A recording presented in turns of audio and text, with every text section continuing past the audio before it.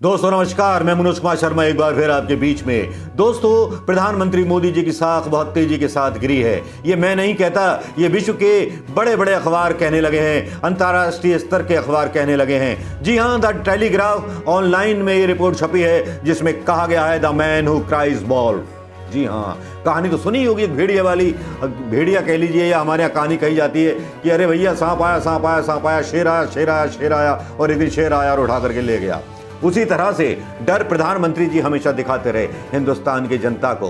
कभी राष्ट्रभक्ति का डर दिखाया, कभी पाकिस्तान के कब्जे का डर दिखाया, कभी चीन के कब्जे का डर दिखाया, कभी देश के जासूसों का डर दिखाया, कभी महंगाई का डर दिखाया, कभी कांग्रेस का डर दिखाया, कभी विपक्ष का डर दिखाया। ये डराते ही रहे, डराते ही रहे, और हिंदुस्तान के लोग इनके डराने में मूर्ख बनते रहे। ऊपर से शोशेबाजी रोने की चालू कर दी। जब जब लगा ये बाजी हारने वाले हैं, उन्होंने रो करके दिखाना भी शुरू कर दिया।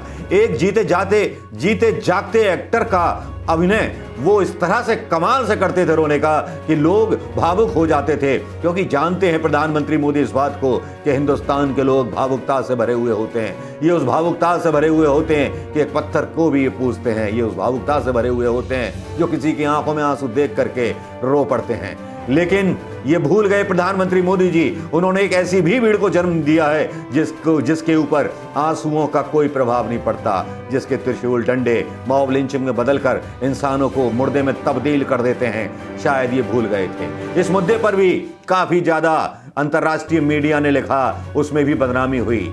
मानवाधिकार संगठनों ने इनके बारे में लिखा और प्रधानमंत्री मोदी जी की खूब किरकिरी हुई। उसके बाद वक्त बदलता गया, नोटबंदी के मामले में भी प्रधानमंत्री मोदी पर सवाल उठाए गए, ह्यूमन राइट्स में भी सवाल उठे, हिंदू मुस्लिम मॉब लिंचिंग पर भी सवाल उठे। इस गिरती हुई साख के पीछे जैसे तैसे मीडिया पाउडर, बिंदी और लिपस्टिक लगा करके, मेकअप करके सरकार की छवि सुधारने की कोशिश कर रहा था।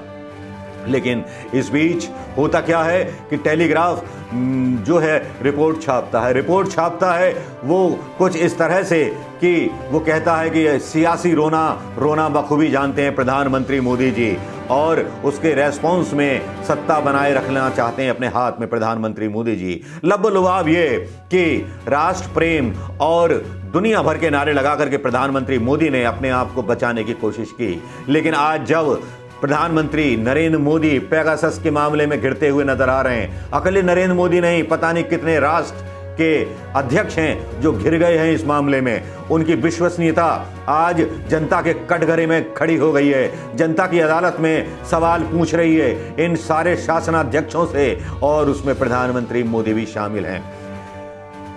टेलीग्राफ लिखता है मानवाधिकार में आलोचना प्रधानमंत्री मोदी जी की, और वैश्विक जांच से पता चलता है कि इजरायली सॉफ्टवेयर के उपयोग से उन्होंने अपने विरोधियों को परास्त करने की कोशिश की।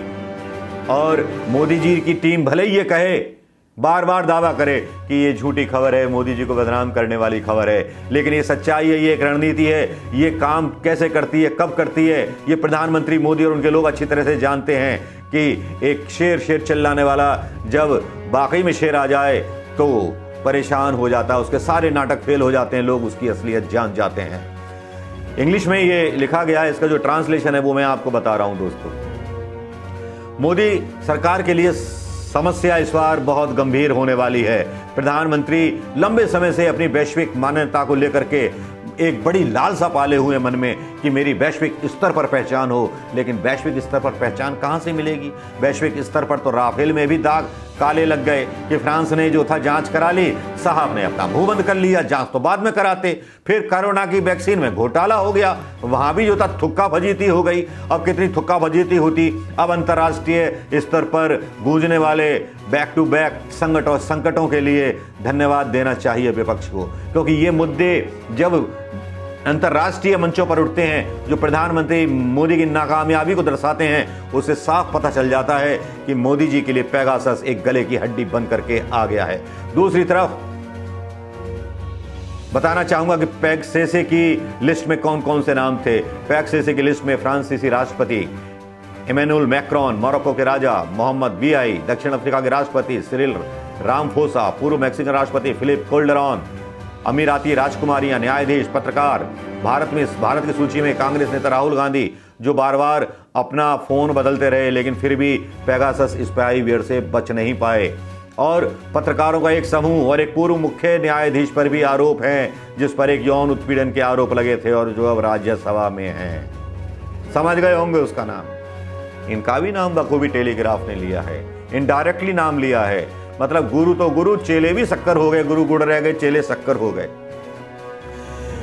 हालांकि मीनाक्षी लेखी ने इन जासूसी रिपोर्टों को नकली बताया। उन्होंने दावा करते हुए कहा कि एमनेस्टी इंटरनेशनल, जिसने पेगासस लक्ष्यों की सूची प्राप्त की है, नामों की ऐसी सूची के अस्तित्व से इनकार कर दिया है। उन्होंने कहा वह जांच पर कायम है, लेकिन केंद्र सरकार जो है संसद में बोलने के लिए तैयार नहीं है। सरकार के कारिंदे जरूर बोल रहे हैं कि प्रधानमंत्री मोदी की छवि खराब करने की कोशिश की जा रही है और एमनेस्टी इंटरनेशनल पर कार्रवाई करने की बात कर रहे हैं, लेकिन कितनी कार्रवाई कर पाएंगे? कितनी कार्रवाई से उन चीज़ों को रोक पाएंगे जो ऑलरेडी प्रधानमंत्री मोदी के खिलाफ हो चुकी हैं?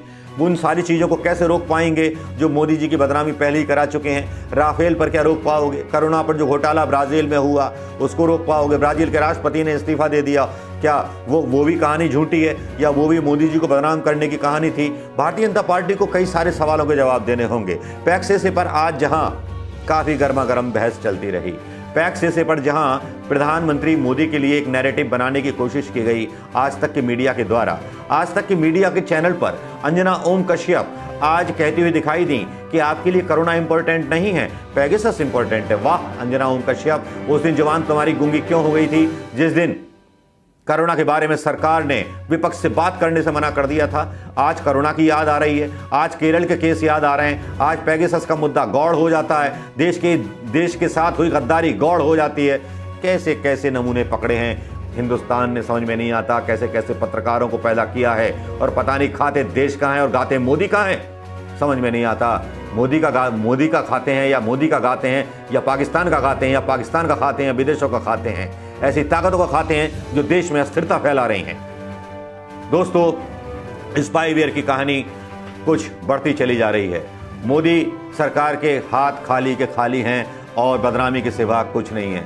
कोविड-19 की दूसरी लहर में जिस तरह से सरकार की किरकिरी हुई, जिस तरह से मौतें हुई, जिन मौतों पर प्रधानमंत्री मोदी को आकर रोना पड़ा, उस पर अगली बेशर्मी देखी कि सरकार कहती है कि ऑक्सीजन की कमी से कोई मौत नहीं होती। ये बेशर्मी नहीं तो क्या है? ये अंतर्राष्ट्रीय स्तर पर खबर नहीं, क्या ये खबर अंतर्राष्ट्रीय स्तर पर नहीं चली होगी? क्या इस खबर के बारे में चर्चा नहीं हुई होगी कि पहले प्रधानमंत्री मोदी रो रहे थे कोविड की मौतों पर कि अपने खोए हैं, और दूसरी तरफ उन्हीं की सरकार बोल रही है कि ऑक्सीजन की कमी से कोई मौत ही नहीं हुई? कैसा हास्यास्पद बयान है, कैसा विरोधाभासी बयान है, जिसको लेकर के टेलीग्राफ जैसे पत्रकार या टेलीग्राफ में लिखा जाता है इनके बारे में। अब अन्य सरकारें, संयुक्त राज्य अमेरिका हो या यूरोप में, वास्तव में नागरिक स्वतंत्रता के बारे में चिंतित नहीं है। जब तक वे भारत को एक मूल्यवान रणनीतिक सलाहकार के रूप में देखते थे, लेकिन अब वो मोदी के घावों को नजरअंदाज करने लगे हैं, मोदी को नजरअंदाज करने लगे हैं। भारत के ऊपर चीन को तरजीहत मिलने लगी है। तो ये गिरता हुआ मोदी जी का ग्राफ नहीं तो क्या है? 2014 में सत्ता में आने के बाद मोदी की प्रतिष्ठा जितनी तब थी आज उतनी नहीं है, आज सबसे निचले स्तर पर है। दोस्तों समझ लीजिए, प्रधानमंत्री मोदी की नहीं, हिंदुस्तान की, हमारे भारत की लोकप्रियता निचले स्तर पर। ये शर्म की बात होनी चाहिए हमारी सरकार को, लेकिन सरकार इन आरोपों का भी खंडन करेगी। दोस्तों कैसी लगी ये खबर जो टेलीग्राफ में छपी, और इसके बारे में आपका क्या कहना है? दोस्तों नमस्कार, जय हिंद। दोस्तों